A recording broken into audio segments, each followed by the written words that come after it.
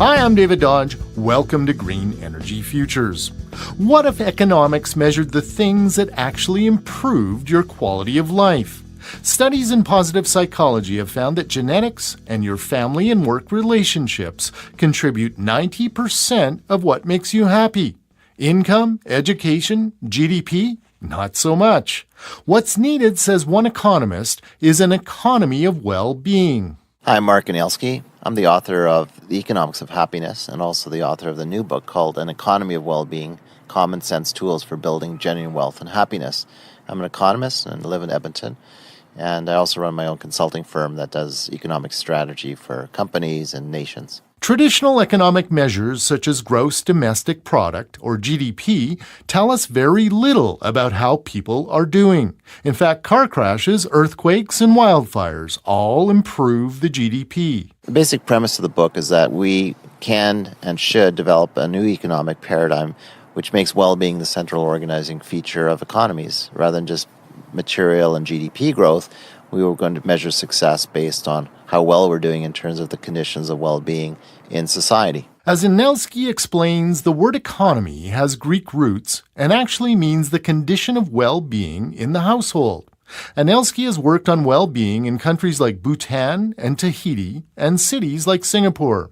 He's even brought well-being accounting to small-town Alberta. And the other place we did this was the town of Valley View, Alberta, a little town of 1,800 people near Peace River, in which we asked everybody from grade 6 students all the way up to 80-year-olds to self-rate their well-being, came up with an index for well-being for Valley View, which now will help guide municipal governance and decision-making. So what did he ask folks about well-being? We learned some interesting things. We asked people, what do they love about the community? Open-ended questions. They told us they love the small town, they love the feeling of just being able to buy everything locally, they love their personal safety, they feel safe on the street.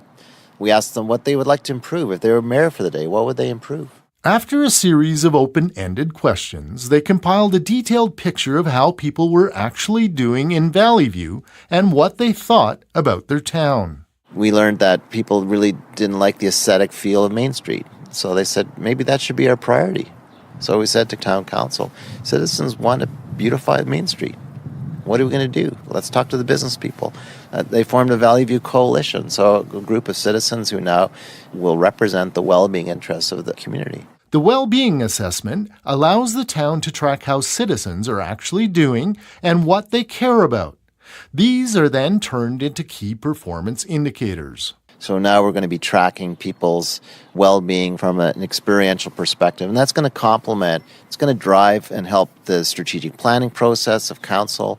We can literally have citizens say, what's your perceived return on investment that you're getting from your taxes? Measuring well-being helps us spend public money for the actual good of the people. And we're going to also affect the way governments manage their assets, so-called asset management systems. So it's not just about roads and pipes and water treatment systems. It's about how people feel about their neighbors, how they get along, how they trust each other, how they perceive the natural environment or the air quality. Next time on Green Energy Futures, we learn how modern balance sheets utterly fail to accurately report on the true status of our assets and liabilities.